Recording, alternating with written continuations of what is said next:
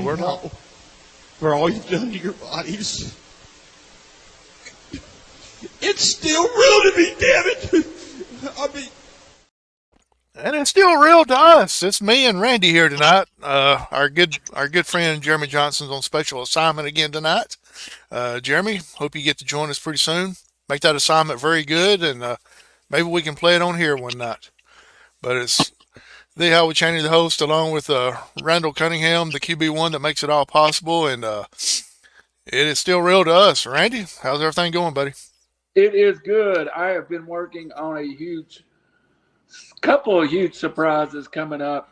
Sounds like this weekend we'll get to reschedule that Michael St. John interview. Saturday night, tentatively. I will post it on RiverCity-Media. And Howie, I am working on something that will shock the world. That's all I'll say now. It's something that's been about 2 years in the making. It is definitely something I want to do, but it takes multiple people to okay it. And right now, I'm 3/4 of the way there. So just sit tight. We might have some big announcements coming to RiverCity-Media soon. Also, not to forget, Monday nights with Phil, sometimes Howie, sometimes me, Beyond the Booth, which is quietly probably our first hit ever here. I mean, we've done great with numbers, but it is unreal numbers, and it's because of the people that support us. Like, share, follow, do all the YouTube stuff. Help us grow. Also, Howie, starting in a week, next week, you will, the 1st of July, you will be able to come to our site, click RiverCity-Media's own Amazon link, buy through RiverCity-Media, and part of your proceeds go to keep us free and on the air. I know people don't realize it or think about it, but there's a lot of money, effort, and time goes into producing this, and the news board. And I know the news board gets overlooked sometimes, but if you ever are looking for regional sport news, this area high school football, Alabama, North Georgia, Tennessee, area football teams, Alabama, Georgia, Tennessee, Vanderbilt, Georgia Tech, you have to go start giving the RiverCity-Media a look. Other than that, it's fine. So everybody always, including our little marketing guys trying to help us, yells at me for never seeing it. So go to YouTube, like and follow us there, and you can stay on Facebook and watch it. Just go like and follow YouTube. All right, let me mark off everything that I was going to talk about real quick that you covered right now. So check. No, I'm just messing with you, Randy. It's all good. I'm just promoting the channel. I was told that this week I've got to start doing it more. I understand. Let's give a big shout out right now. Happy 22nd anniversary to the John Cena. 22 years ago today, made his debut on SmackDown and against Kurt Angle, I think, and 22 years ago today. So happy anniversary, John Cena. And he kind of, like him or not, give the man credit. All the Make-A-Wish kids that he has saw and and everything he's done, he has helped put wrestling even higher up on the sport ledge than it ever was. I am not a fan, but the dude carried the WWE for 5+ years. I saw a thing that was talking about his record in this 10-year stretch, and his record would be 174-10, 154-8. John Cena just didn't lose, and John Cena was the face of the WWE. I hated how John Cena was the first good guy, bad guy that was more good guy than bad guy. The opposite of Kevin Nash, where Kevin Nash had tons of fans and was the bad guy character, but it was a good guy character, kind of that mix that Stone Cold created. Cena was the first that was kind of that throwback to the 80s cartoon-like character, but at the same time hated by half the audience. I'm getting a little feedback somewhere here too, Hal. You might Don't know if it's through the speaker, through the headphone, or what, but it's not bad. Let's see what I can do real quick. And I had the microphone turned up pretty high because of my voice. Well, whatever he was working on, we got knocked off. Give Howie a minute to come back. While Howie's gone, let me talk again about some of the stuff happening here at RiverCity-Media. Well, I ain't going to have time. There's Mr. Cheney. I turned the volume down a little bit. Maybe that'll help out some. Yeah, yep. Sounds Good better. deal. Good But deal. let's get into the show. A lot to cover tonight. New equipment, everything. First trial, so we're going to a little bit of learning curve on my side. That's why I'm so close. I bought some cheap stuff off the internet to try to make it where I can have access to my phone in case something happens. So, anyway, getting into the show tonight. The mic sounds great, by the way. Good deal. Good deal. Sorry about the close up. I got a little camera work to do on that, but hey, this is the money maker right here, guys. Ladies and gentlemen, man can be available. If you are 45 to 50 and single, call 1-800 We Love Cheney. There we go. 100%. So, get the show started with a little bit of news. It's a little bit of old news, but it's something that's taken place since we've been on here last. Ricochet has left the WWE. He has not re-signed his contract, said he does not want to re-sign, and all fingers are pointing to him going to AEW. And if that happens, Randy, we're going to see one of the best, probably, rematches that could ever happen between Ricochet and Will Ospreay. One of the greatest rivalries in New Japan. Right now, we are prepared in AEW to have two of the greatest rivalries ever worked in New Japan replayed. Ricochet versus Will Ospreay, which was kind of a upper mid card at the time. They were both younger. This is 5 years ago. And of course, the rivalry of all rivalry, which would be Okada, Omega, all being in AEW. And Howie, I found it funny that I don't find it funny. I think we see a clear pattern of AEW wrestler and WWE wrestler, and they're not happy when they're in the other one. I think Ricochet is built to be an AEW wrestler. I think Ricochet's personality, his persona is AEW. And I think that's the reason he rose as far as he did in the WWE, despite of him not really fitting the mold. Right. Let's jump to the other side. We've talked about WWE Miro, Rusev, whatever you want to call him. Terribly don't fit the AEW for some reason, and has been an absolutely failure in the AEW. I think Ricochet is like Bryan Danielson. And folks can get on here and tell me all day it doesn't matter to them, to the wrestler, but it does. I think Ricochet wants to work in multiple territories, be free to go to England and work, be free to go to New Japan to work, free to work AEW. And I think that appeals more to him than the stability and the size of the WWE. Yeah, absolutely. And Ricochet can go. He can wrestle. He's good. Not very good on the microphone, but he's gotten better over the years, and he can put on a show. If one of the best spots that I've saw that I actually popped for when I saw it was when him and Logan Paul collided, jumping off of the. One was on one side of the ring, one was on the other. They was on top ropes, and they collided in the middle. I think it's in Royal Rumble. But that was fantastic. Well, it's what you want as a pro wrestler. These guys have a short career. Yes. And I don't blame anybody. I'm trying to lessen my hate for WWE because my hate was for an individual who I won't need to talk about now or ever again. But it's stories that ran backstage in pro wrestling for years. What is interesting to me is, what does Sam Irvin do?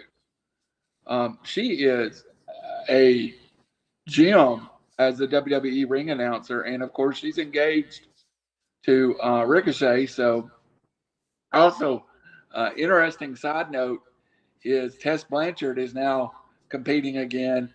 Also a former fiance of Ricochet.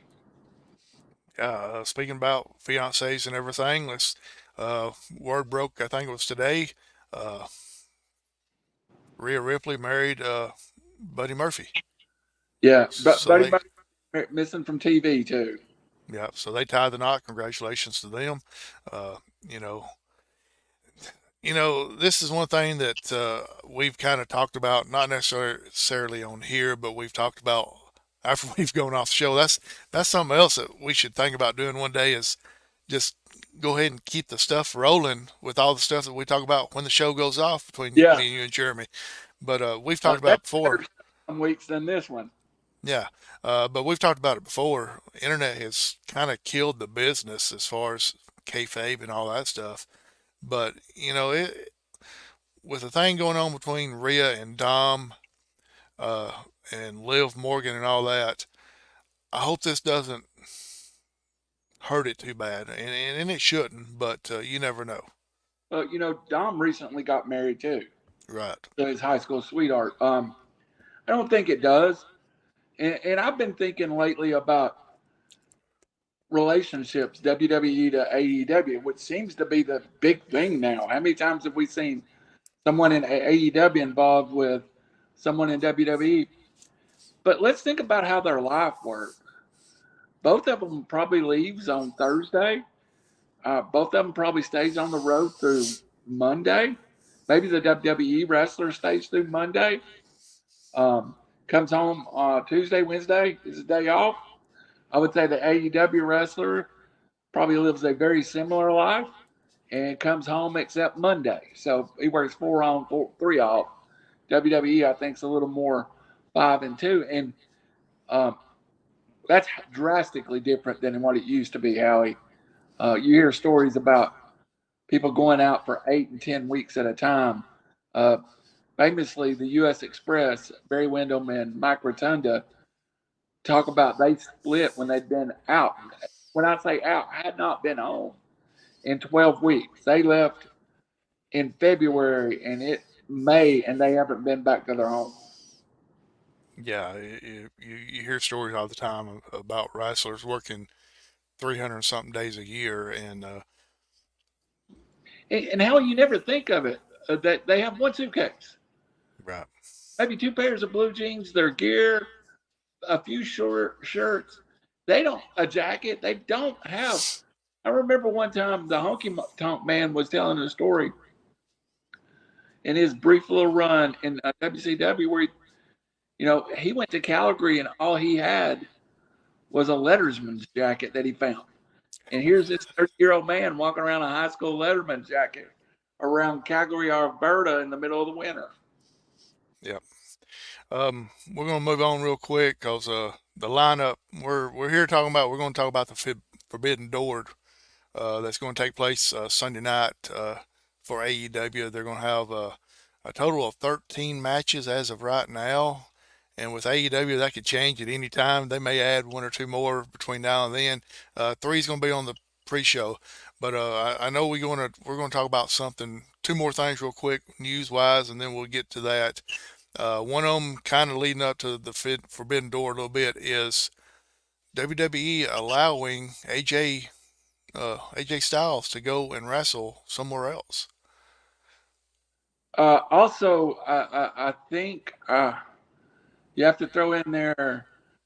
Who's the TNA girl? I know her name is good as mine. If I wasn't sitting here. Jordan Grace Signed a 3-match contract with the WWE. So TNA obviously is going to let her do 3 matches over a period of time in the WWE.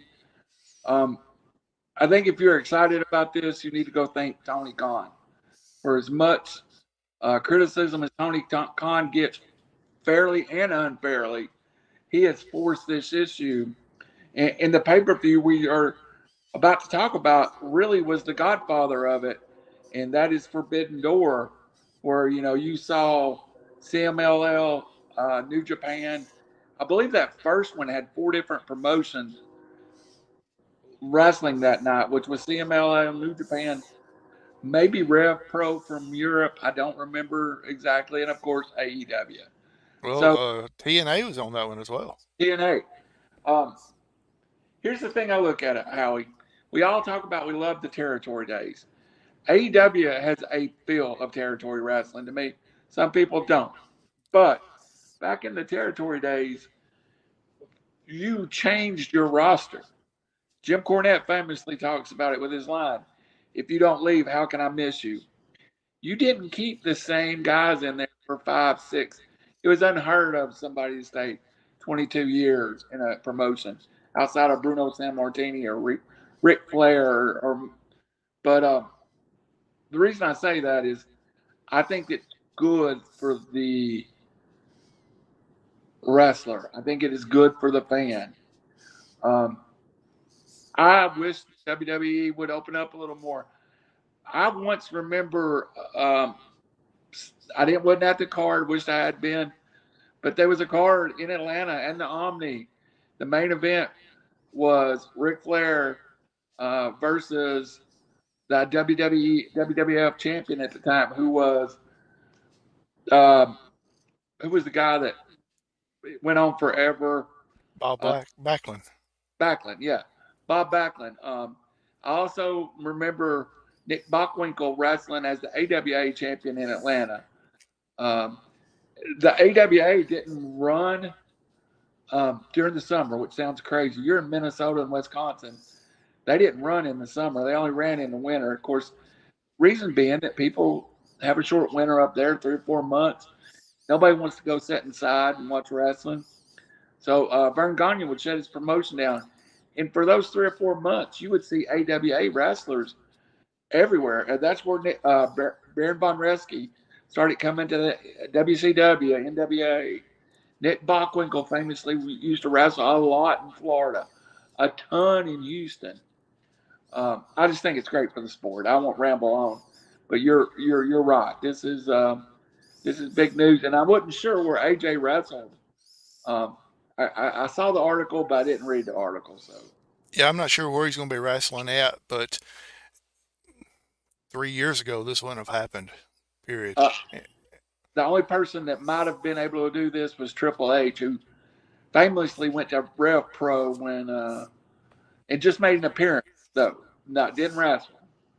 Yeah, so this is huge news coming out of WWE, and it's something it shows you the times have changed because we both know that just a couple years ago this wouldn't have happened, but now with the new owners and Nick Khan and Triple H running WWE and all that, they're allowing people to go out and do more of the stuff that they want to do, and I think it's great for the business. So one of the how I got to tell a quick story. There was a time when Mid Atlantic and Georgia was kind of working together. Ole Anderson was the same booker for both territories. Now I remember the Mass Superstar in Atlanta, or was it the other way? The Mass Superstar was hated in one of those territories and loved in one of those territories. So he would spend like Monday, Tuesday, and Wednesday in a territory where everybody hated him, then would go Wednesday, Thursday, and Friday into a territory everybody loved him. So I always thought that was the definition of territory wrestling. Yeah, absolutely. And move on to our last news article. I don't know if it's really a news article, but yeah, it is. I'll just say it's a news article. Uh, the White Six showed up at Raw 2 weeks ago, and this past Monday night, there was a I don't want to say a one-on-one interview, but it was an interview with Just go ahead, Randy. I really don't know how to lead you into it. It's Uncle Howdy talking to Taylor Rotundo, Bo Dallas, Yeah. basically. And I kind of asked for this to be one of the topics. One thing, nobody tells stories better than the WWE. And this is another one of the stories that they tell so well.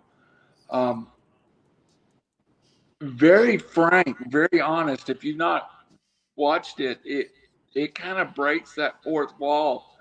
Of course, with Uncle Howie asking Bo Dallas how did he feel when his brother died, which I just got goosebumps thinking, uh, the reason I wanted to talk about it more than anything, I think the White Six is going to be huge. Not sure I love the costumes yet, but Nikki Cross as Sister Abigail is unreal. Bo Dallas as Uncle Howdy. Got to quit smiling under that mask, though. And of course, Joe Gacy and Sam Shaw and Eric Rowan. 5 of the 6 have shown a lot of debate whether the 6th is the Spirit of Bray Wyatt or Lexus Bliss is somehow going to end up back in the group.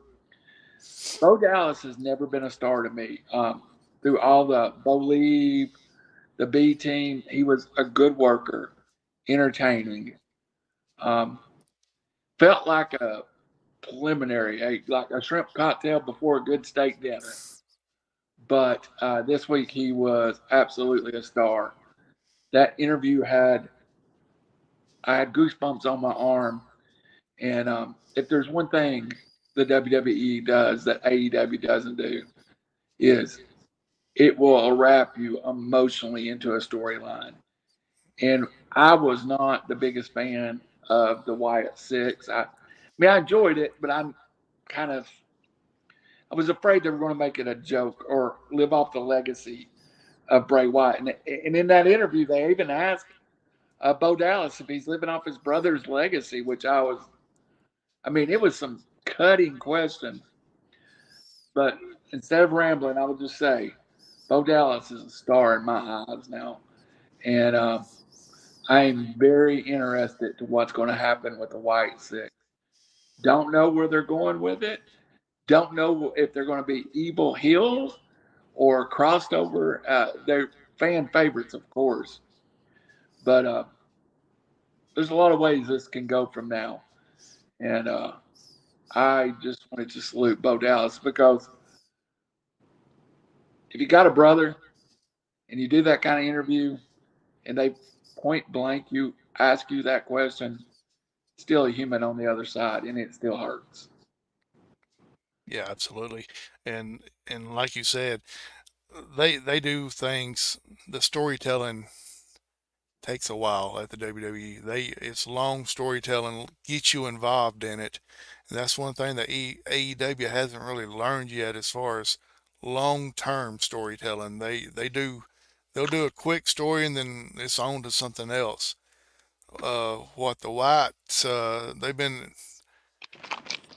not really advertising, but kind of showing the Whites coming in for 2 months now, and long-term deal.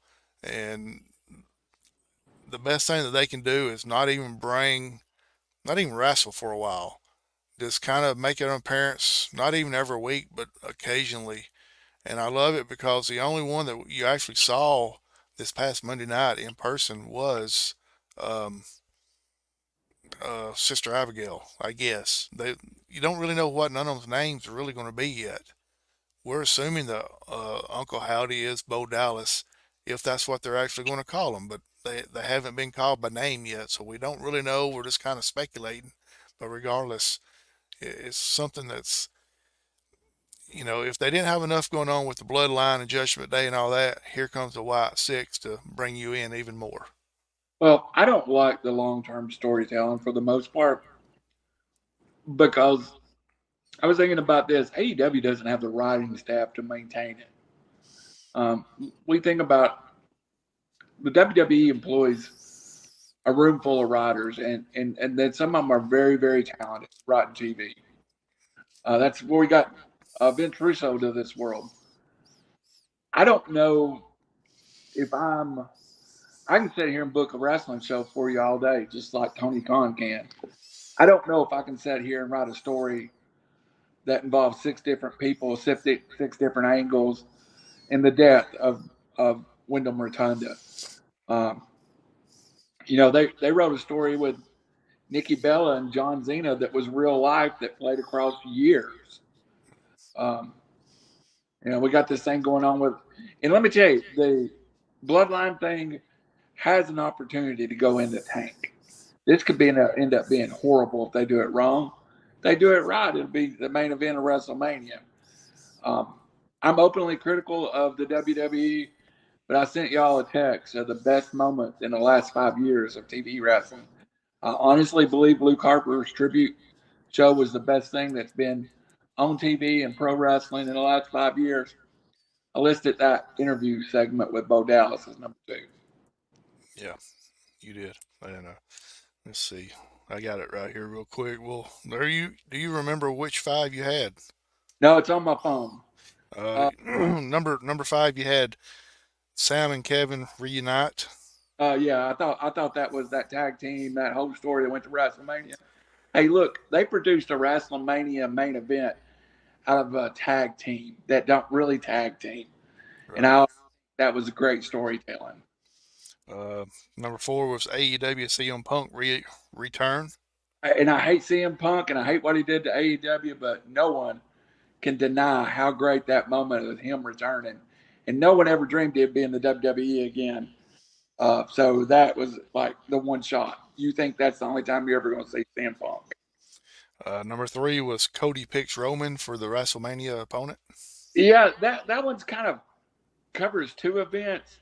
It was Cody picking Roman, but it was also him slapping The Rock. I think that was a 2 or 3 week story telling.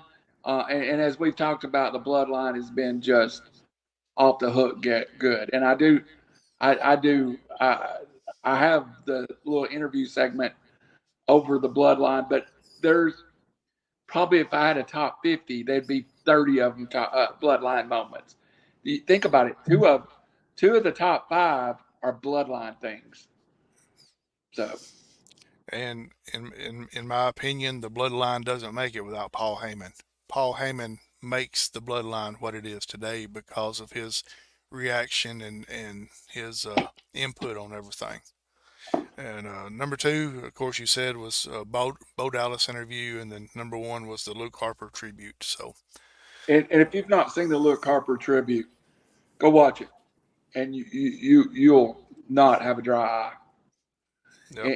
And Cody Rhodes is a large part of it too, and it's just the way you say goodbye to a friend.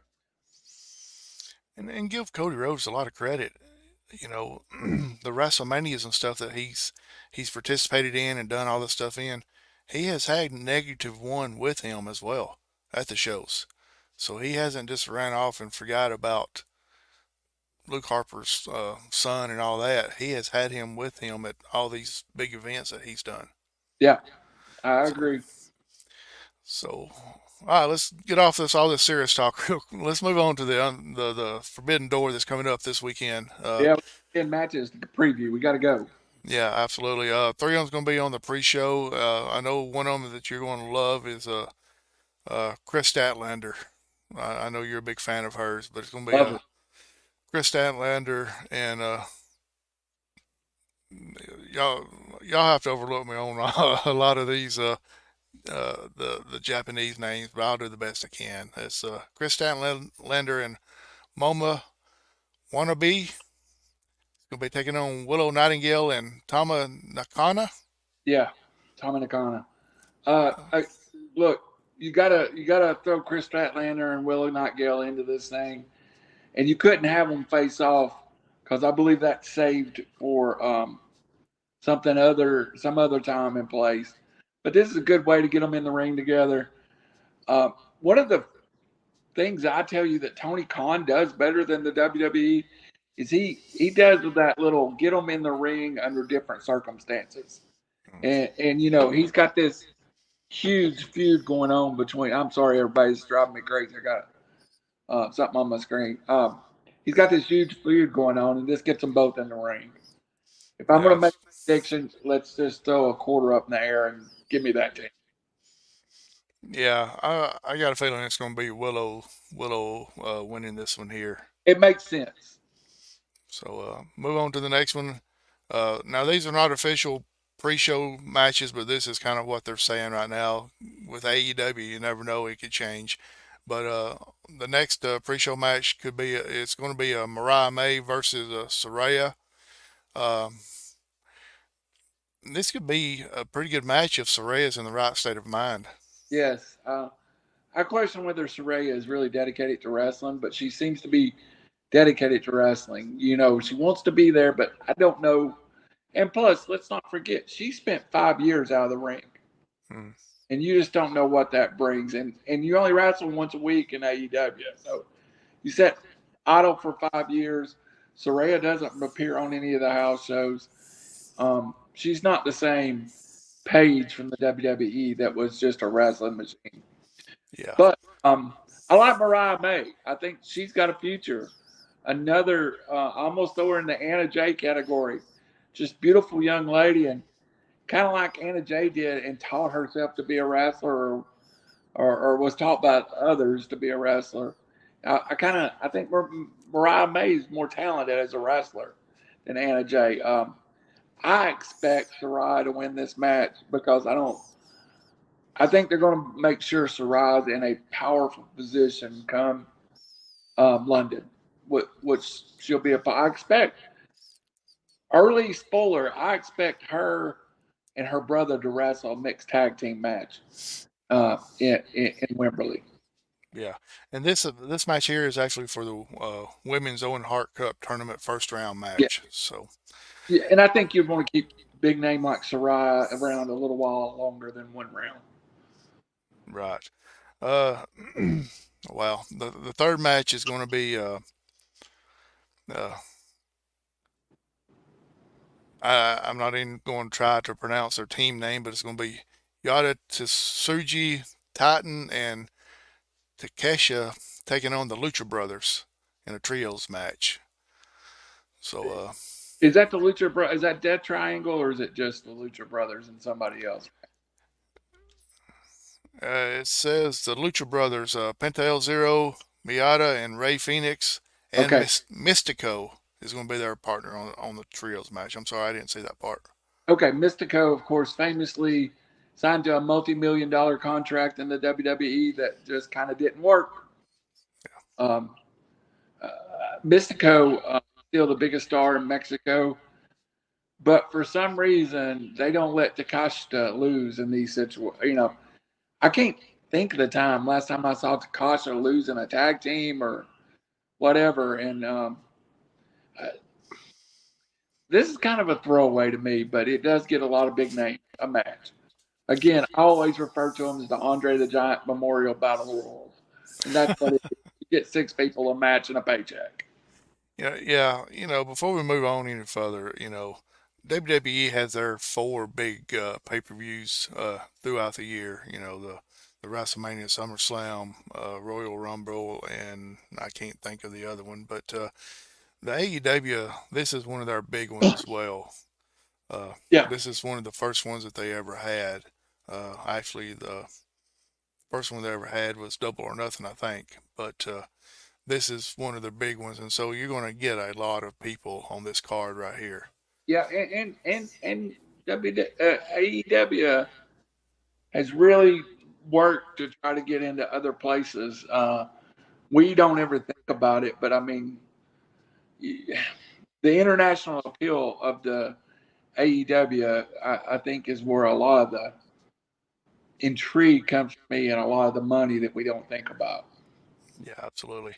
So to supposedly kick off the main show, it's going to be a ladder match for the vacant AEW TNT Championship, which was unfortunately had to go up for grabs when uh, I almost called him by the wrong name, but it's Oakland. Adam Copeland broke his leg uh, about a month ago, month and a half ago, had surgery and all that stuff, but he's rehabbing, coming back. So he's going to come back bigger and stronger than ever. But anyway, it's going to be a ladder match for the vacant AEW TNT Championship. He's going to be Takeshita versus Mark Briscoe. And boy, if you didn't see that promo that Mark Briscoe did last night, go and watch it. He is. I love him. I love him on the mic. He's just and he's great at wrestling too. Don't get me wrong, but I love hearing him talk on the microphone.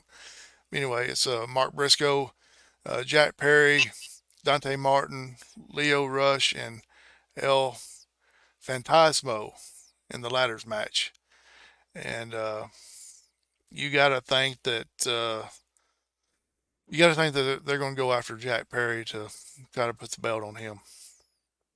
Yeah, and I would think he was a logical conclusion. And of course, AEW has Mark Briscoe at the top of the Ring of Honor right now as the Ring of Honor World Champion. Um, El Fantasmo is part of the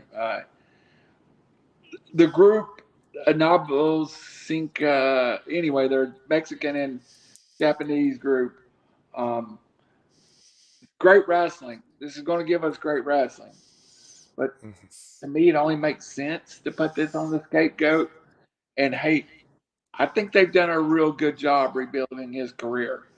I think he was on the verge of out the door, losing interest, and AEW has sunk a lot of time and effort into rebuilding his. Um, and again, I know you and me and Jeremy had different opinions. I think they released the tape to show that Mr. CM Punk 2 UFC fights didn't beat him up. It was more of a pushing match in the backstage. And I think fans, I know for me, sometimes I let that line be blurred. So I think Jack Perry wins this match, and I think it completes the elite now to have the TBS champion, the not TBS, that's TNT champion, the Yes. international champion, the tag. Everybody in that group's got gold now, and they like to do that when a group's hot. All I got to say, when you got a ladder match and you're going to have Mark Briscoe, Dante Martin, and Lio Rush in a match, there's going to be some crazy stuff going on.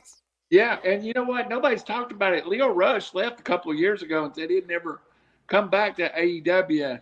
And of course, he went to All Japan or New Japan. And now all of a sudden, he's just showed back up like nothing's wrong. I don't know that I've read the article, but he burned his bridges in the WWE, then he burned a bridge in AEW. Seems like he had a falling out in TNA. I might be wrong. But it's good to see him compete without drama. Yeah, absolutely. Our next match is going to be a singles match for the AEW Women's World Championship. You're going to have the timeless one, Tony Storm, taking on Mina Shakira. Uh, Yeah, and uh, they've part of the storyline a little bit. They've tried to create a storyline in this one. Look, I love Tony Storm, and I'd like to hear your opinion. We talked about it. We're both kind of tired of the character, but I listened to something this weekend that um, WWE or AEW, she had failed in the WWE as kind of that rocker, new generation character. She was kind of headed down that road in AEW until Timeless Tony Storm was created. And it's hard to give up on something that's been super popular. yeah, absolutely. And the storyline or the story that you're talking about is Mariah May will be at the ringside to support both the participants because Mariah May was actually with Tony Storm there for a while or for the long time, still with her technically. But Mina Shakira was her tag team partner over in, I think it's New Japan. Is that correct? Yeah. And so, they're both fighting for Mariah May as far as for her to join their alliance and everything. And so it's going to be interesting to see what happens. Let's just say it. They've tried to put every overtone they can on this three-way relationship. Maybe it was Starlet Star Star promotion that she was part of. I don't remember, You're but right. Yeah. I really look forward to this match because both of them can wrestle. Uh, don't really know who to pick here, but I mean, just because you think the other girl's gone back to Japan after this match, I'll say Timeless. Yeah. This And character needs refreshed at some point, but not yet. yeah, I think Tony Storm will win this one because I don't think they're going to take the belt off of her yet because I think I think eventually the belt's going to go to one of the participants in this next match that I'm fixing to talk about. Winner takes all match for both the AEW TBS Championship and New Japan Pro Wrestling Strong Women's Championship. Mercedes Monet, AEW versus Stephanie Bakura, the NJPW. So you know, if everything goes the way I expected, Mercedes Moné is going to end up winning this because she's going to be at the top of the women's uh, revolution there, AEW, before it's all said and done. And she gave up that title, which was the first women's title in New Japan Wrestling, to Willow Nightingale, and never, did lose it, but lost it because she was hurt behind the doors. I think this very logical leads to a unification match somewhere down the road between Timeless and Mercedes. Um, is it just me, or does Mercedes seem a lot better when she's in the ring wrestling instead of doing the horrible interviews and the bad gimmicks all the time? So I'm glad they've got her because when she wrestles, God, she's good. Yeah, I agree with you. It's 100% when she's a wrestler and that's all she's doing. She's one of the best out there. But her promos and her talking ability has gone downhill since she left the WWE for some reason, and Well, she don't I'm have not sure.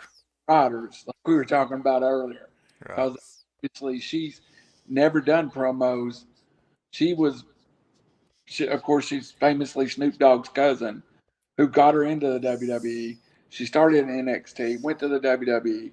She just she just doesn't have that ability to do a unscripted promo. Right. So moving on to the next match, it's a trios match. It's going to be the Learning Tree. Chris Jericho and Big Bill and Jeff Cobb versus Samoa Joe, Hook, and Shibata. I'm sorry, guys. I'm not going to try to pronounce Shibata's first name, but anyway, it's going to be You did, though. You got that part right. Shibata. Yeah, Samoa Joe, Hook, and Shibata are going to be taking on the Learning Tree, which is going to consist of Chris Jericho and Big Bill and Jeff Cobb. And something I just don't understand. It was brought up, I think, on the Jim Cornette podcast or somebody's podcast to listen to. Jeff Cobb just shows up occasionally, wrestles one match, and then he's gone again for months, if not years at a time. Uh, Talk about the match and then talk about Jeff Cobb as well, Randy, because, I mean, why does he disappear and not show up for a while? Well, look, I was going to talk about Jeff Cobb to start with, and then I'll work towards the match. If people remember when AEW started, um, Jeff Cobb was someone highly, highly thought to be part of the original AEW crew. I mean, I remember writing down the roster when it was first starting, and Jeff Cobb's name was on it. Jeff Cobb's also had multiple WWE contract offers. He's a legit wrestler. If you see him, he reminds me of Dr. Death Steve Williams, that kind of just tough guy. He don't seem to be very focused on being um, championships in wrestling accolades, which we all know without breaking kayfabe what is, don't seem to interest Jeff Cobb very much. So he will make an appearance here. He makes an appearance there. He has done some long time storylines in NJPW, but NJPW storylines are different than American, as you can see with the struggle of the AEWs. But I think Jeff Cobb is just a guy that's hard to get to commit to a long term deal. Almost see him and enjoy him, and not much different than Bruiser Brody back in the day. His act gets old if it's in one territory very long. I think Jeff Cobb maybe has cost himself more money than any wrestler on earth right now, but he seems to be happy doing what he does, Howie, and I think that's odd. Um, if I was a wrestler and got into wrestling, I'd want to be stable. Right. I don't see how you put Jeff Cobb on that team though, and they lose with Hook and Samoa Joe and Jeff Cobb, even though the other side's really loaded with Jericho and Big Bill and So the other side is Jericho, Big Bill, and Jeff Cobb, but I don't see how the other side of Hook, Samoa Joe, and Sabata loses here. And when they brought Jeff Cobb in, he has lost ultimately. And Jeff Cobb was brought in as a hired assassin early on in AEW against, I think it was Cody. Mhm. I don't know. It's a good question, but I'll take the Hook and Samoa Joe side of this, and I think AEW is doing a good job with Shibata, because I'm not sure he speaks a word of English. As long as he got his phone, he's okay. Yeah, yeah. So we'll move on to the next match. It's going to be a singles match. Zack Sabre Jr. versus Orange Cassidy. Um, Last of the great free agents out there, Howie, ain't it? Um, what do you think? I'm sorry, I didn't mean to interrupt you. I thought you were about to say something. oh no, no. To me, it's just another match.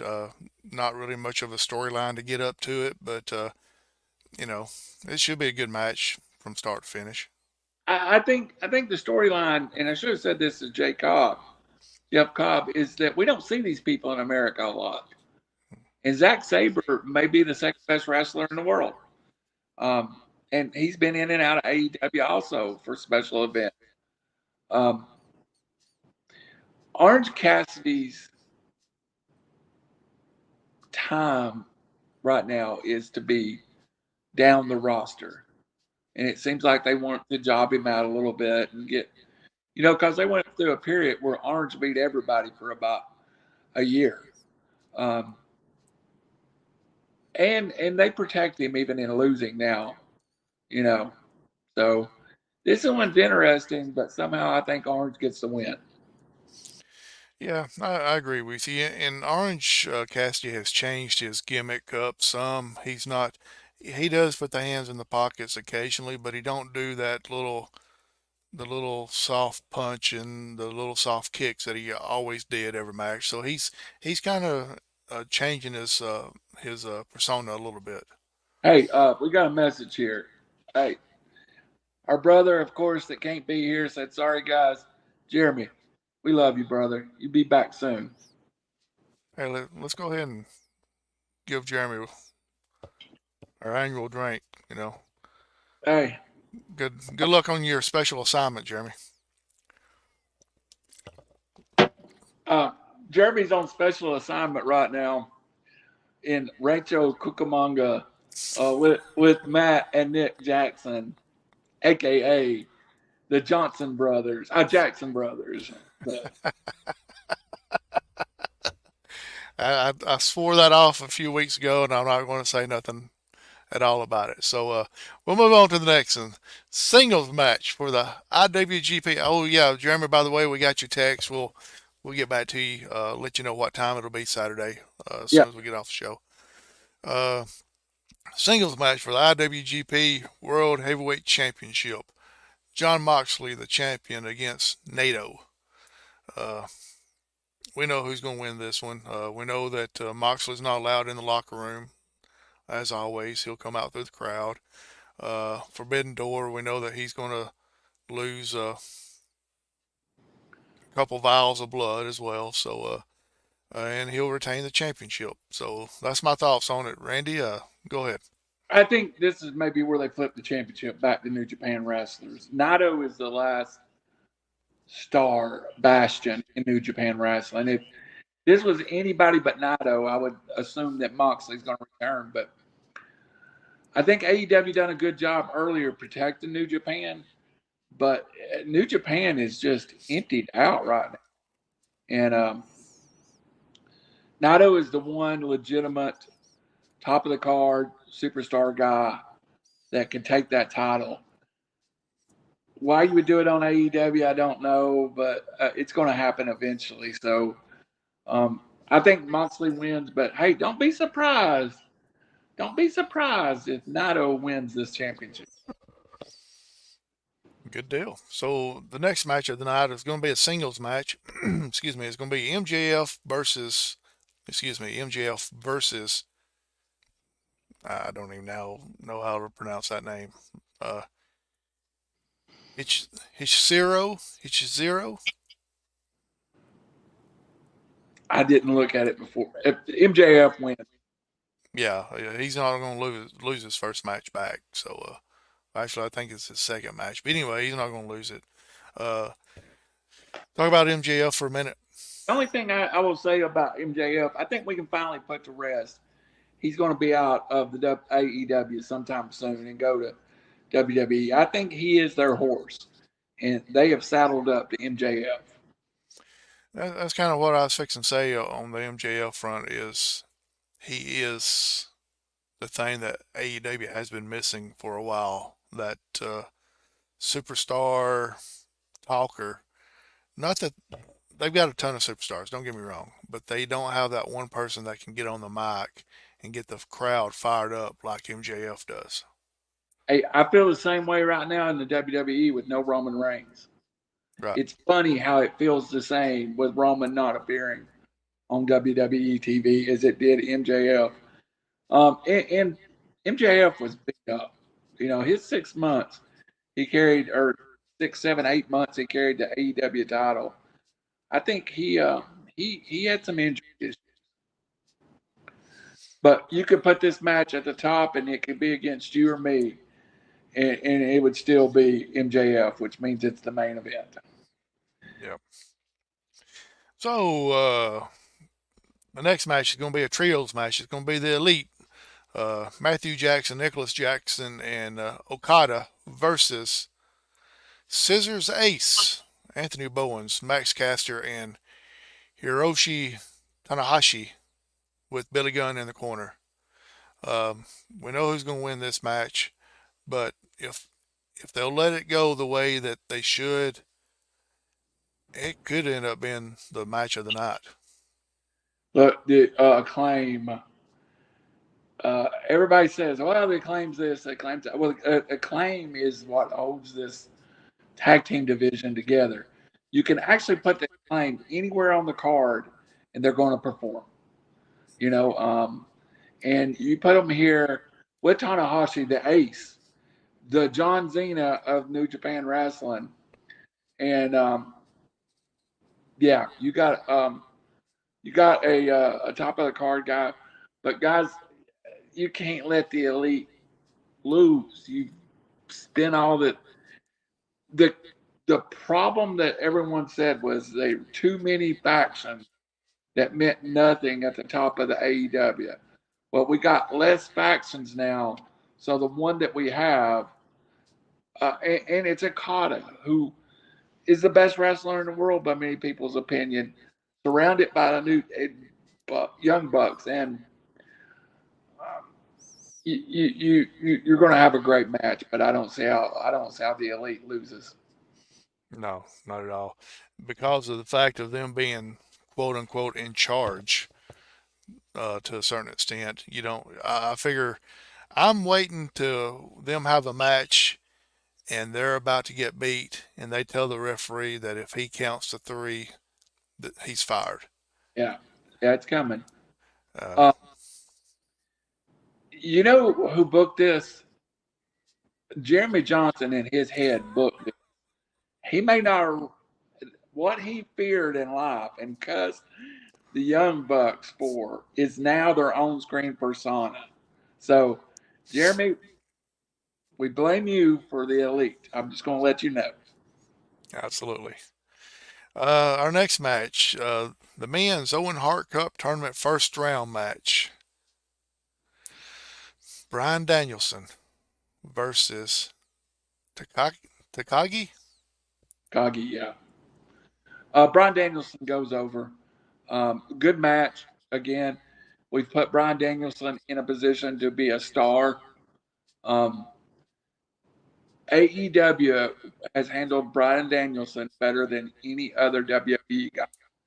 He wrestles 12 times a year, and his star is bigger and broader than he was, except for the Yes movement.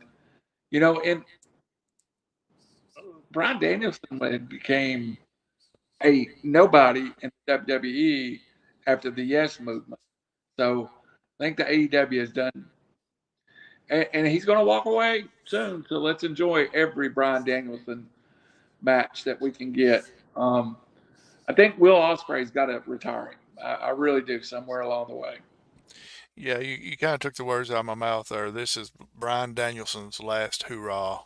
He's done said this is his last year basically of wrestling. And so enjoy it while you can. I don't see, I see him making it to the finals of the Owen Cup, Owen Hart Cup. I agree with you 100%.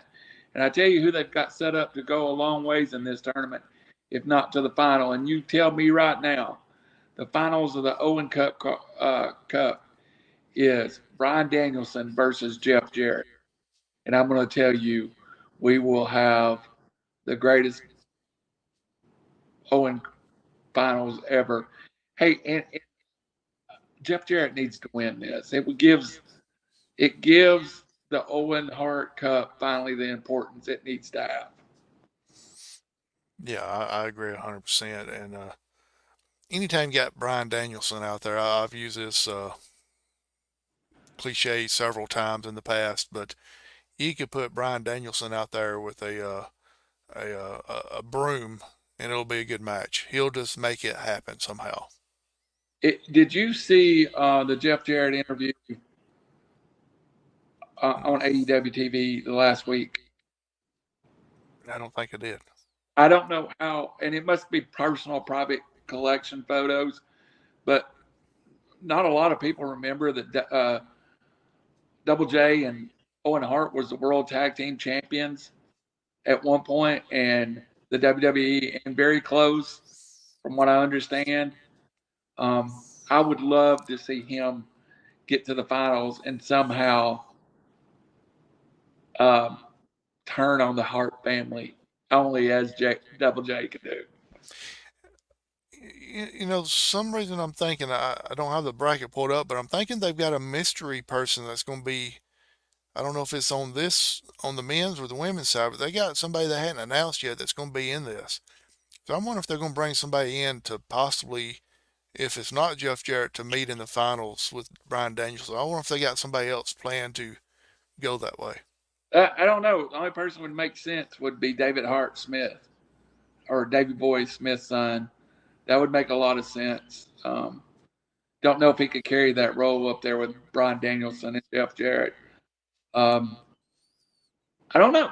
I hadn't thought about that. I just thought the Jeff Jarrett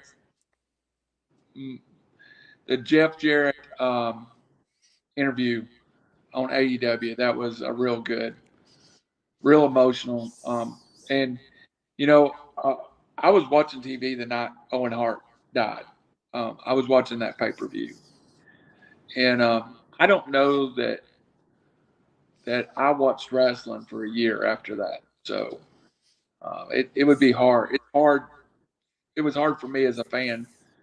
I'm sure it was hard for the boys too. I'm going to look and see. I've got it pulled up real quick. I'd be shocked if Jeff Jarrett and Bryan Danielson ain't on the opposite sides of the bracket. Yes, Jeff Jarrett has got a wild card. He's actually going against a wild card entrant. So I don't know when that match will actually take place, but there is a wild card that's going to be entered into this. It's either somebody we're not thinking of or somebody that he can just job in a second, so he don't have to work. Because that's what he kept saying the other night. Is he's not the same 12-time world champion that we're used to seeing on WCW, but I could see them. I could see some shenanigans. The Bryan Danielson wins. He'll be going against Pac. That'll be a good match. It will, but I don't see Pac beating him. Well, no, but yeah, I agree. They're kind of jobbing Pac out a little bit right now. Jeff Jarrett will go against the wild card entrant, and then whoever wins that match will end up going against Jay White. That'll be a good match too. Another great match. If it is Jeff Jarrett, but we don't know who it's going to be. So anyway, move on to the main event. Swerve Strickland going against Will Ospreay for the AEW World Championship. If they'll let them, like I said earlier about one of the other matches, if they'll let them do what they can do, this could be a match for ages. But they can't. I, I I don't like this booking. Let me tell you why. It's the greatest match I can book right here. But can you let Ospreay win it? I don't think he's been there long enough and built the depth. Um, can you let Swerve lose it? I don't think so.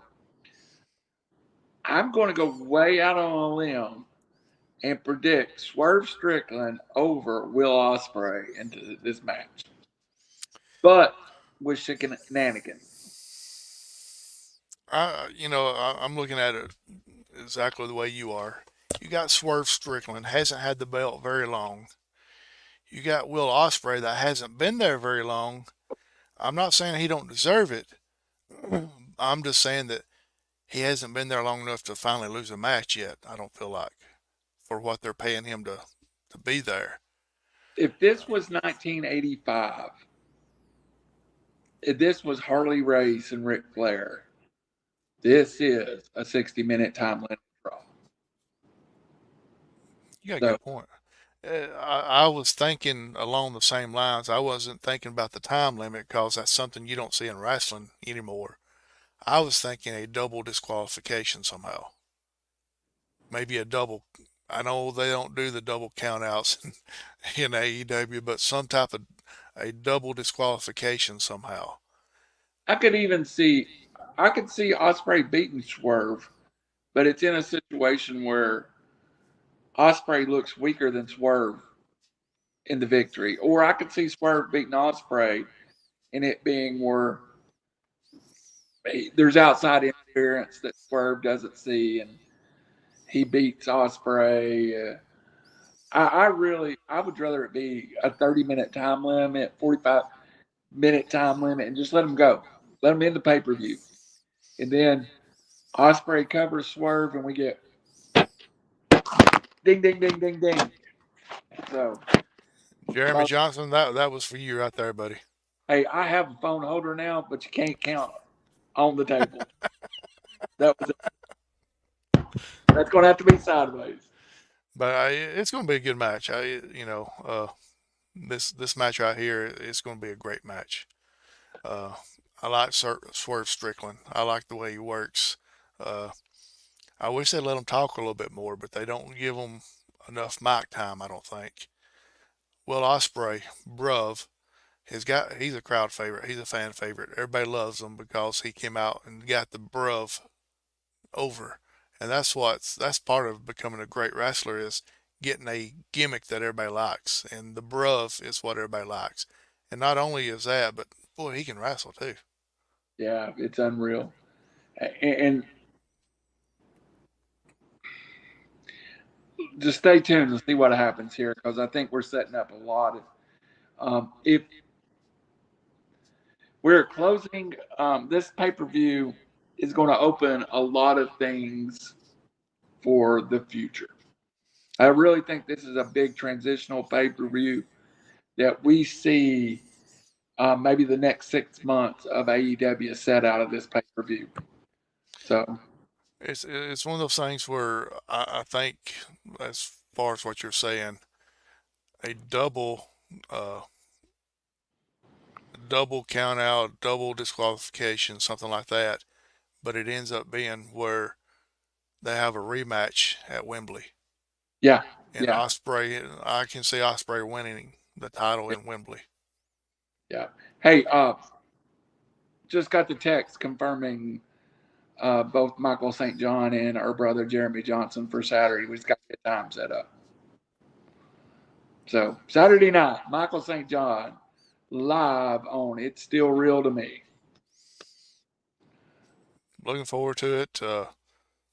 We were supposed to have it last Saturday night, but unfortunately, Mr. St. John, Michael St. John, had something to come up, wasn't able to do it at the last minute, and we understand that. It it happens. I mean, it happened on Raw this past Monday night with Pat McAfee's father-in-law passing away earlier that day and not being able Yeah, to be there. thank God it wasn't like that for Right. Michael.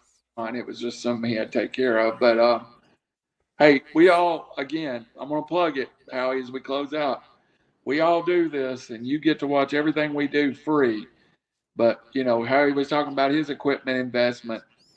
We can't produce, you can't have regular internet and produce this quality. We can't stream it. If you go back, if you want to see how bad it was when I had regular internet, go back about a year and try to look at some of the streams we did. Um, like, follow, go to Facebook, follow us here. We need you to sustain our program. So, just my actual plug, Howie. I'm looking forward to Forbidden Door, and I'm looking forward to Michael St. John here Saturday night. Yeah, a big weekend of wrestling, the Forbidden Door 2024, coming to you this Sunday night from UBS Arena in Long Island, the home of MJF. So you know he's going to get a huge pop when he comes out. He always does. But uh, One question I'm looking forward to asking Michael St. John: does he watch wrestling still, and what he does prefer in wrestling now that he's out of the wrestling business?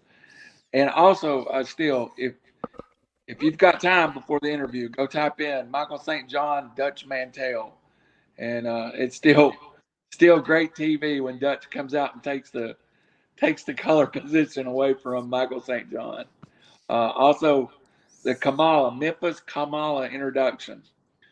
Michael St. John's a huge part of it, and of course, you can see in the reels of RiverCity-Media the Hulk Hogan uh, preview of him entering Memphis, where they call him the Hulk. So, a lot of things to be excited about this week, Howie. yeah, absolutely. Let's do a quick rundown. Michael St. John on Saturday night here. Uh, For re- 7 Eastern, 6 Central. we got a time, so it's going to be 6 o'clock Central. I got to confirm that, but that's what I'm trying to confirm. So Saturday night, Michael St. John here with Randy, Jeremy Johnson, and myself. Monday night at 6 o'clock is Beyond the Booth. They're going to have Coach Riley Edwards from Section High School on. Never talked to Coach. Really excited to talk to him. Had a huge 1-year turnaround at Section. Another guy that came, he's the guy that came from Collinsville as well. Yes. He coached at Collinsville for several years, and Collinsville and Coach Ernie Winningham is starting to put out a coaching tree a little bit Yeah, because of some of the coaches that's going to other places. definitely. And so join us Monday night, Beyond the Booth, 6 o'clock. Coach Riley Edwards. Never know who's going.